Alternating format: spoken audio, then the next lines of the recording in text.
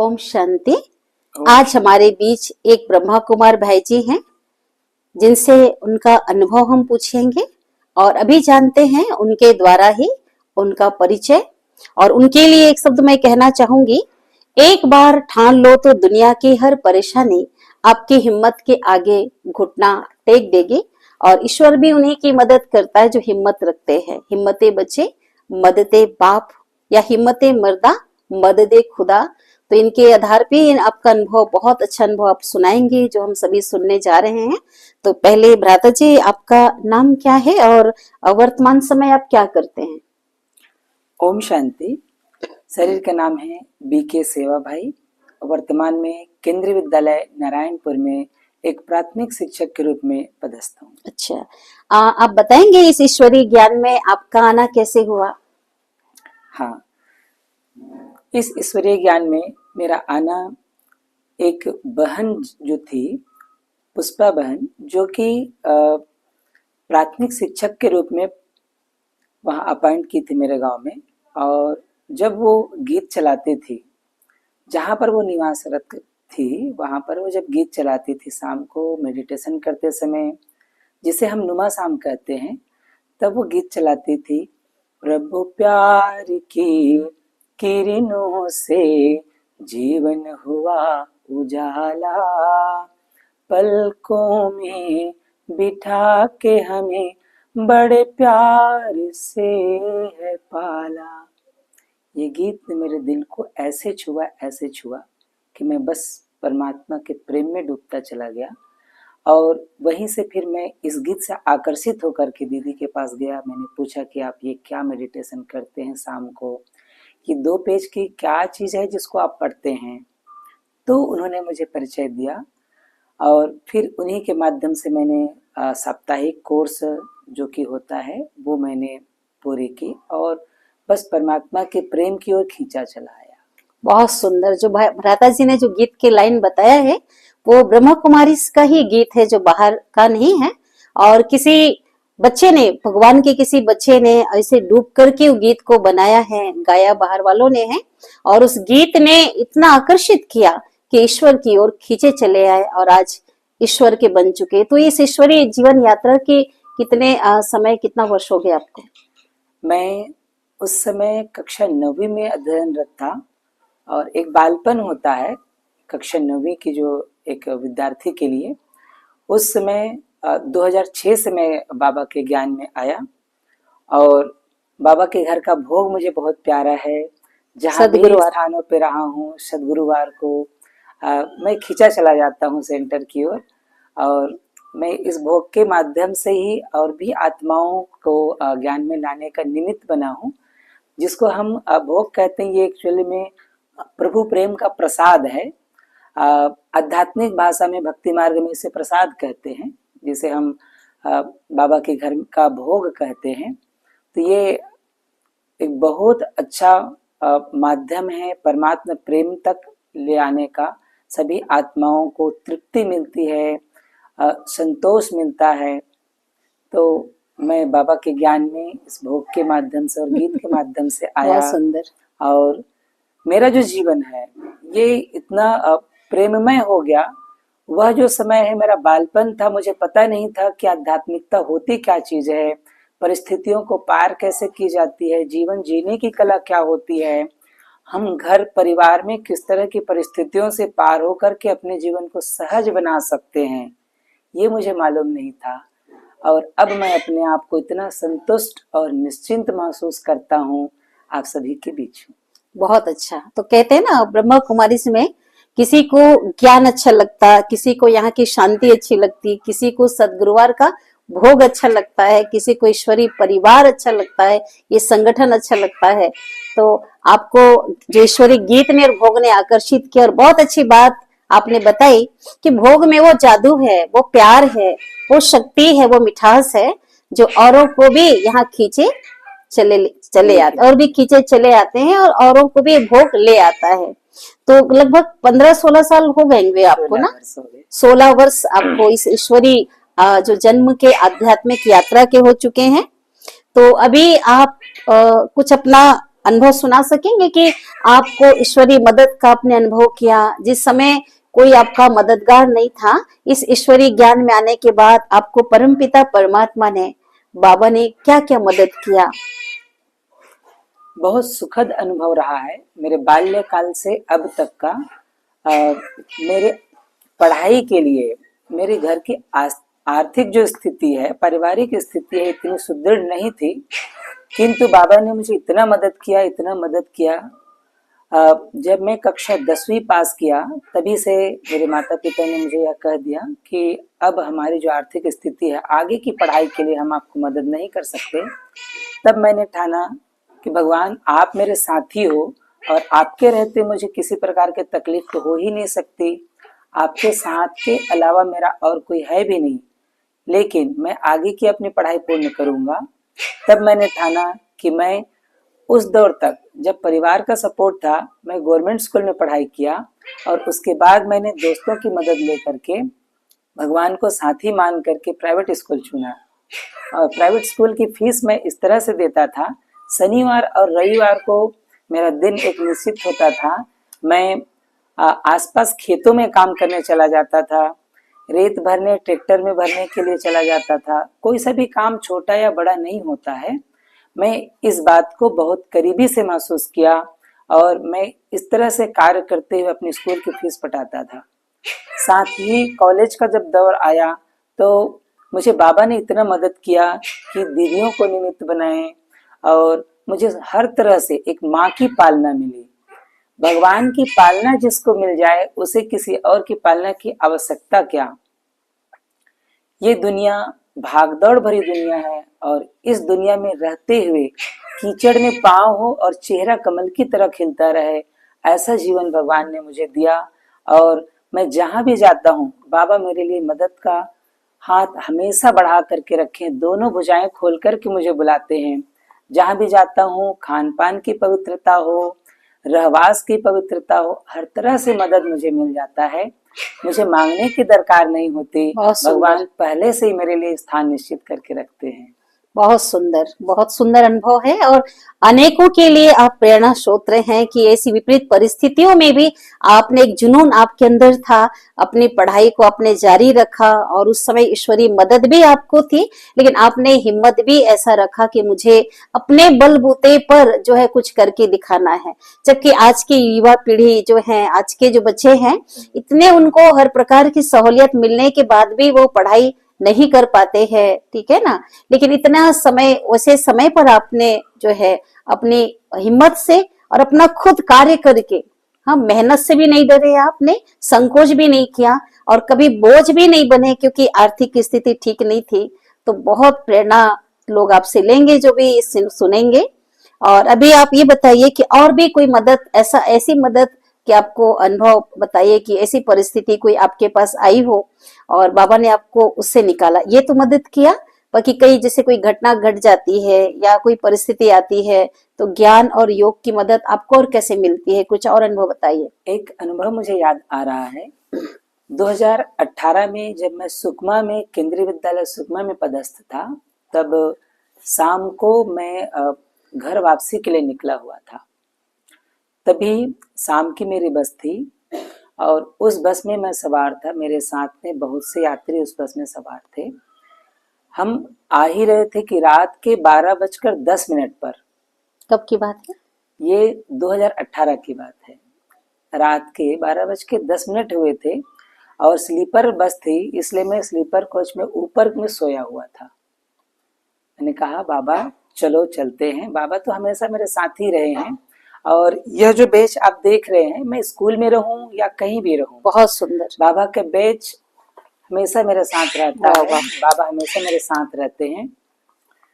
तो मैं आ रहा था, मैं सोया हुआ था मस्त, जैसे बाबा की गोद में मैं सो रहा हूँ।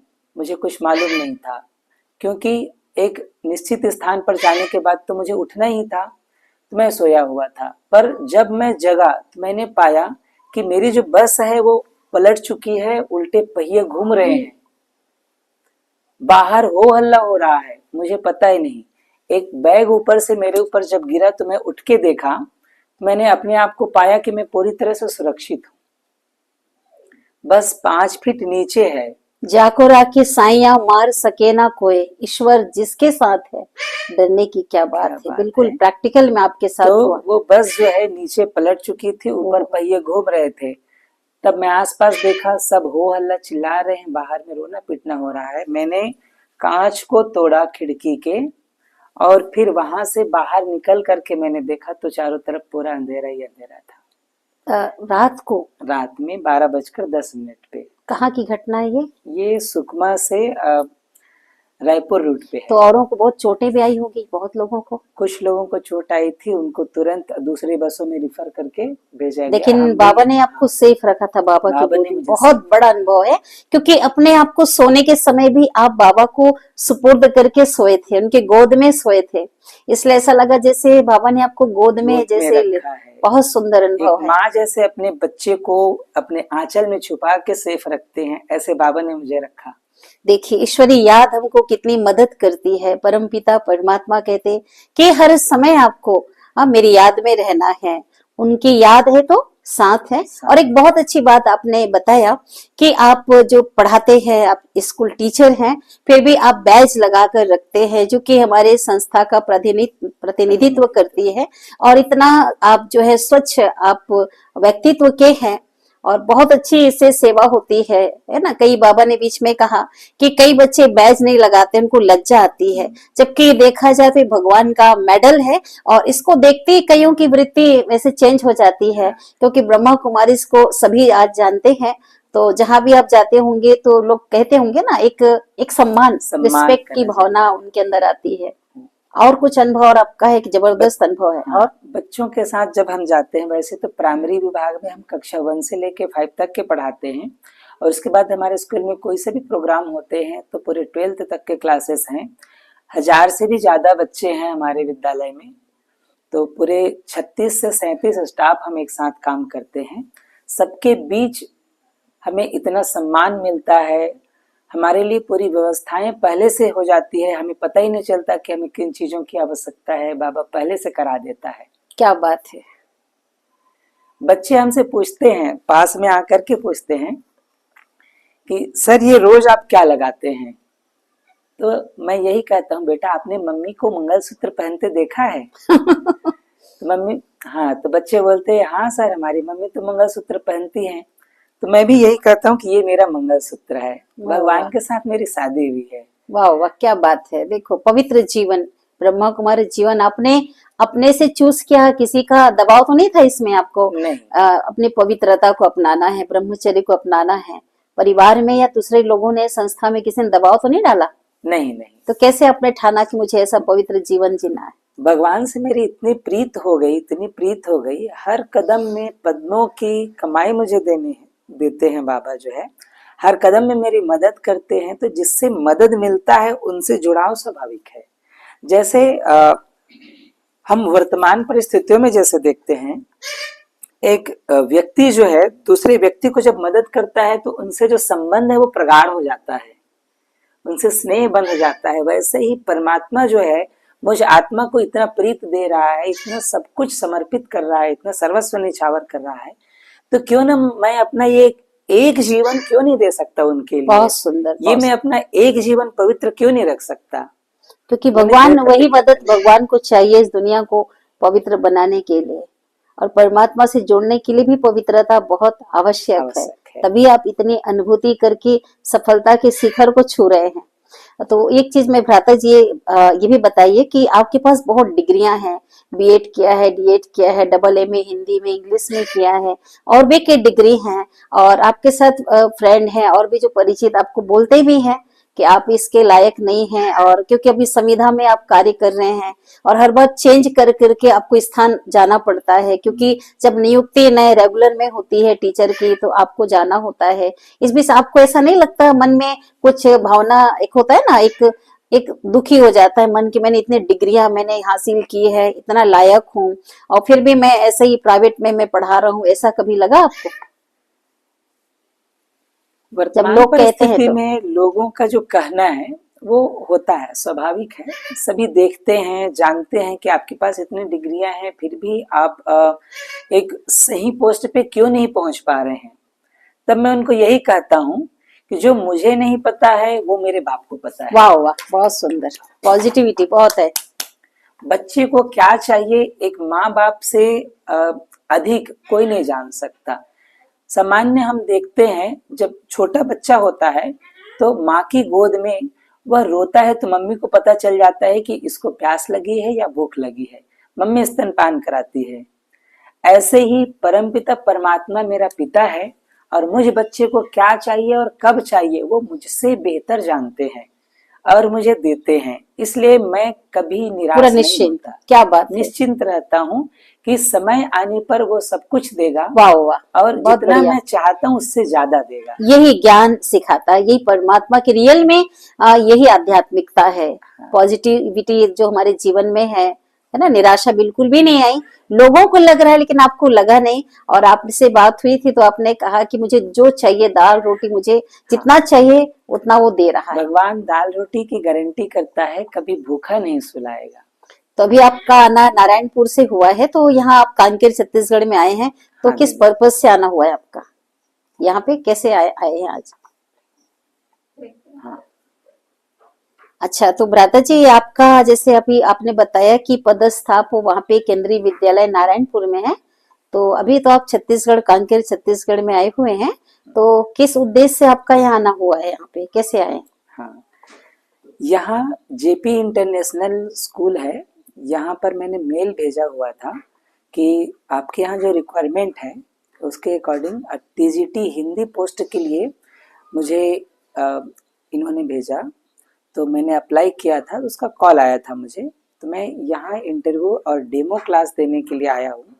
अभी वर्तमान में बाबा के घर में प्यारी दीदियों के बीच में मुझे आज सेंटर में कांकेर में मैं उपस्थित हूँ और हमारे दीदी जी के बीच आज बातचीत हो रही है। बहुत सुंदर।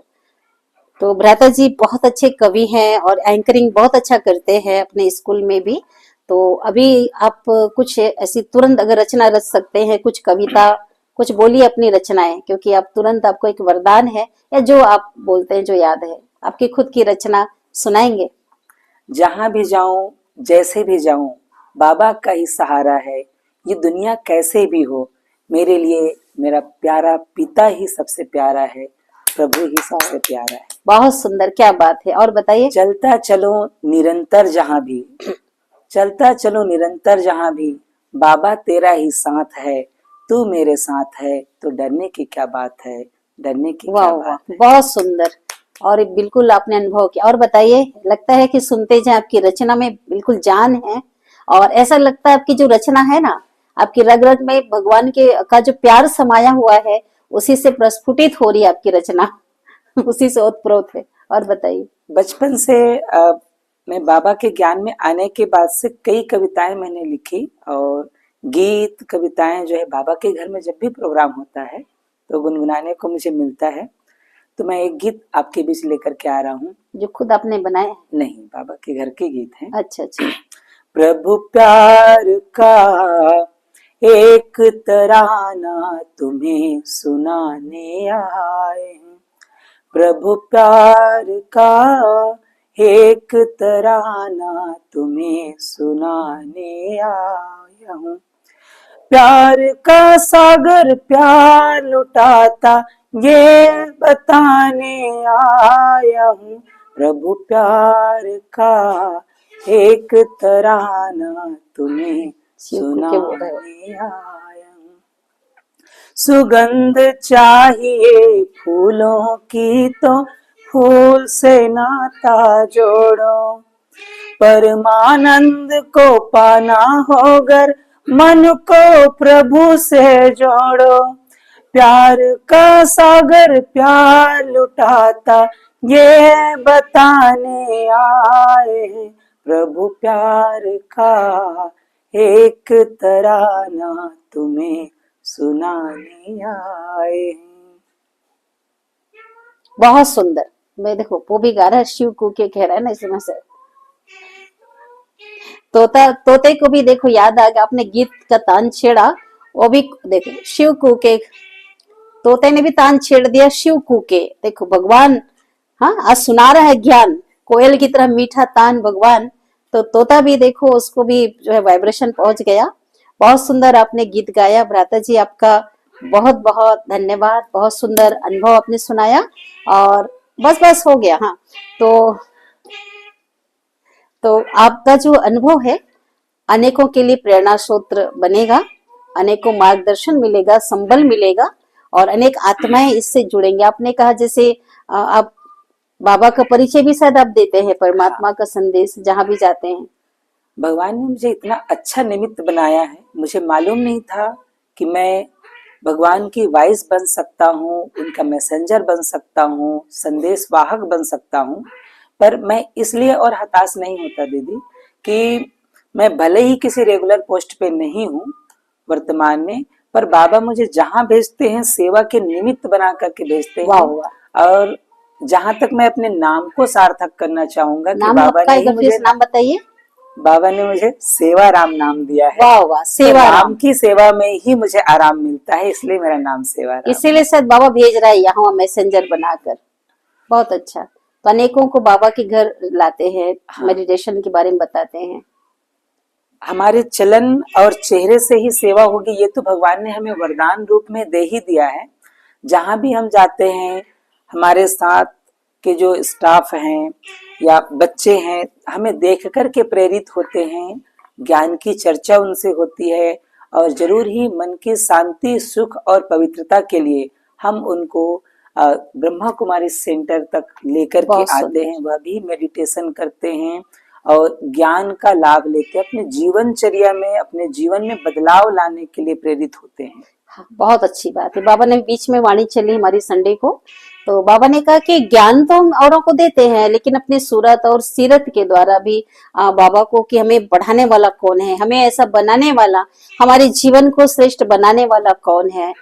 ये सेवा होनी चाहिए जो आपके द्वारा सेवा हो रही है। नाम ही है सेवा राम, सेवा राम। बहुत अच्छा। ओम शांति। ओम शांति।